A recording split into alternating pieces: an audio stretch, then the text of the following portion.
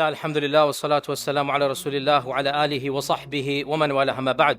Our Prophet sallallahu alayhi wa sallam said, إِنَّمَا بُعِثْتُ لِأُتَمِّمَ مَكَارِمَ الْأَخْلَاقِ. The only reason I have been sent by Allah is to perfect noble manners. To perfect noble manners. The entire message of Islam, the reason why Allah sent us a messenger is to perfect noble manners. In this series, insha'Allah ta'ala, for the next 29 days, including today, we're going to be talking about makarim al-akhlaq, the noble manners, and what it means to be a mu'min, and what manners are recommended and obligated by Allah Azza wa Jal and by His Messenger. The term akhlaq is the plural of khuluq, and khuluq is from the same verb as khalaqa, which means to create. In fact, the term khalq and khuluq is from the same root, because khalq is your outer body and khuluq is your inner characteristic. So your khalq is your outer shape and form, your size, your features. This is khalq. And your khuluq is how your soul has been created. Your mannerisms and the way that you interact with others, this is the khuluq. And our scholars have divided akhlaq into three categories. Our Prophet ﷺ came to perfect all three of them. The first is akhlaq between you and Allah subhanahu wa ta'ala. Believing in Allah alone, having your tawakkul in Him, your iman, your ikhlas, your muhabba, your husn al-dhan of Allah. That is category one, your akhlaq with Allah. And this is discussed by the scholars of theology. Number two is akhlaq with the rest of mankind. Your akhlaq with how you deal with other people, being patient, being just, forgiving, having a clean heart. And this will be the focus of our talk in these next 30 nights, inshallah ta'ala. And number three is akhlaq with yourself. Akhlaq in your own private life. Akhlaq, for example, when you do something, do it well. Make sure you are perfect when you do it. So these are three categories of akhlaq. And our topic will be focused on the second, which is akhlaq when you deal with others of mankind. And every day, insha'Allah ta'ala, we will take a particular khuluq, a particular characteristic. The goal being, by the end of this month, insha'Allah ta'ala, we will have a chart in our minds. We will have a table of content. What do I need to do to be a better Muslim in the eyes of Allah subhanahu wa ta'ala? And realize, dear Muslim, that being a Muslim is not just about rituals. It's not just about ibadat. It is also about mu'amalat. In fact, our Prophet sallallahu alaihi wasallam said that it is likely, it is very possible that a person will reach the highest levels of the one who fasts every day and the one who prays tahajjud every night, simply because of his akhlaq. The akhlaq will trump even sometimes your rituals. Our Prophet ﷺ said, the heaviest matter on the day of judgment in your hasanat, in your scales, will be your akhlaq. The heaviest matter will be akhlaq. And our Prophet ﷺ said, of the things that causes people to enter Jannah the most is your husn al-khuluq. So do not trivialize having good akhlaq. It will be the heaviest in the scales, and it will be a magnificent mechanism to enter Jannah. Now the question arises, and this will be the focus of the remainder of today. Are akhlaq in our control, or are we born with our akhlaq? Do we control our akhlaq, or is it beyond our control? Every parent here of multiple children knows that in fact, every child is born with certain types of akhlaq. A certain child might be more patient than another. Another of the siblings will be quicker to be angry. Another will be able to bear a heavier pain load. Every child is born different. And this is exactly what we learn from the sunnah of the Prophet ﷺ. Once a man converted to Islam, a chieftain by the name of Al-Ashaj ibn al-Qais. And the Prophet ﷺ praised him and said, "O Ashaj, you have two manners that Allah loves. Number one, you control your anger. And number two, you think before you act. Al-hilmu wal-anat." We'll talk about this in the rest of the 30 days. Al-Ashaj asked a very intelligent question. He said, "Ya Rasulullah, these two manners, did I acquire them with my own skills? Or did Allah subhanahu wa ta'ala cause me to already have them? Is it in my jibillah? Is it already within me?" And the Prophet ﷺ said, "No, Allah blessed you to have them." So Al-Ashaj said, "Alhamdulillah to the one who gave me two characteristics that Allah and His Messenger loves."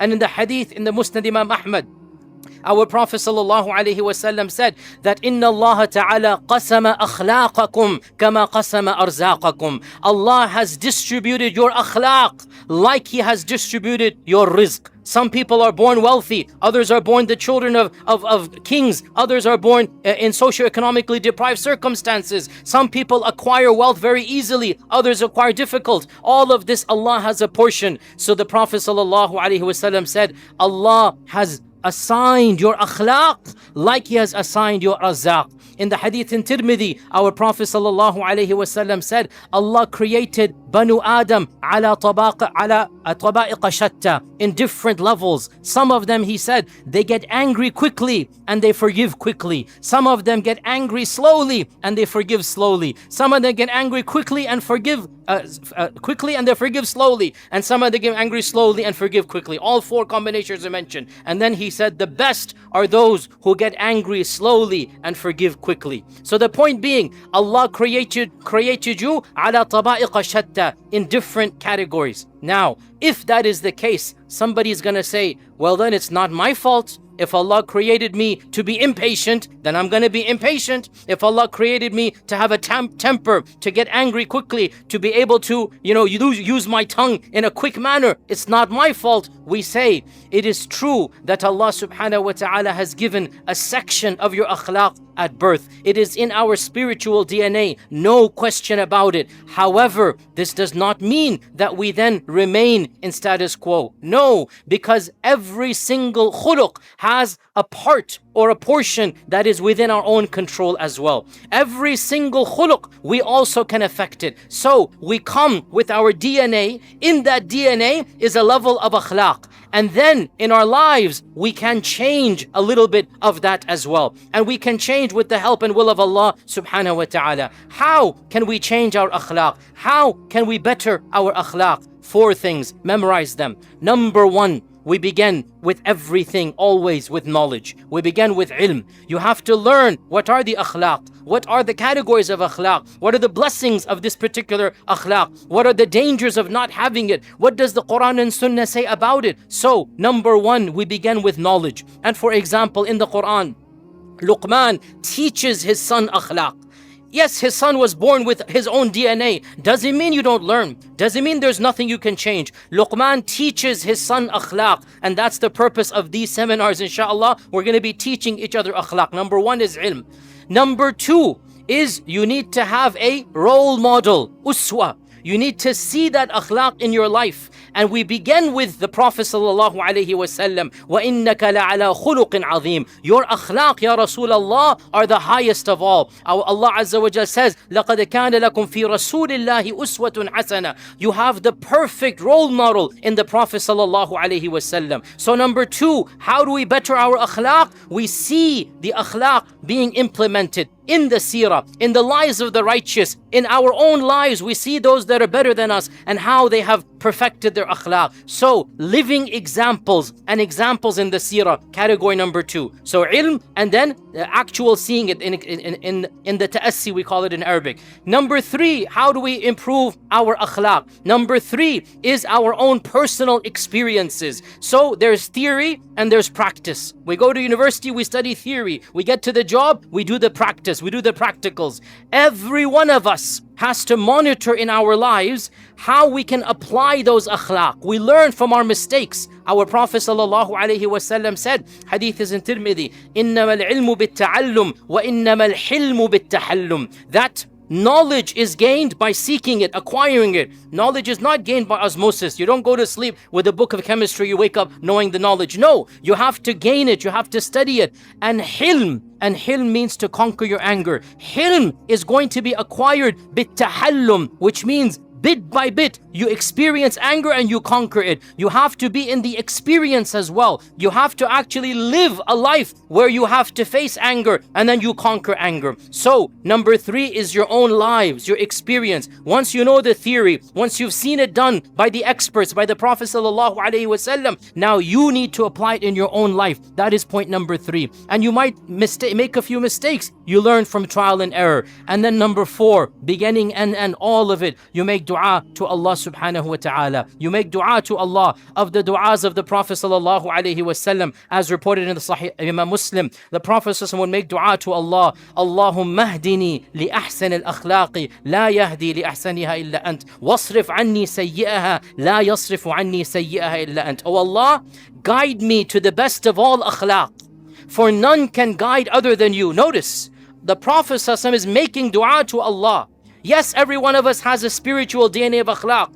Doesn't mean we cannot change it. Doesn't mean we cannot affect it. Once we have what Allah has blessed us with, and we don't have what Allah has chosen we don't have, doesn't mean we accept it. Rather, we strive to achieve it. We learn. We see the role models. We practice in our lives. We make dua to Allah subhanahu wa ta'ala. And that is the goal, brothers and sisters. And final point here, and that is, if Allah Azza wa Jal has given somebody a certain khuluq and not given that khuluq to somebody else, this means when the second person masters it, when the second person is able to acquire it, that person will get the higher reward. For example, if Allah created somebody to be very patient, not get angry hastily, then he doesn't get angry. Good for him, he gets the reward. Allah created another person and by nature he gets angry very quickly. But through knowledge, and through seeing the role model, and through experience, and by making lots of dua, he conquers his anger.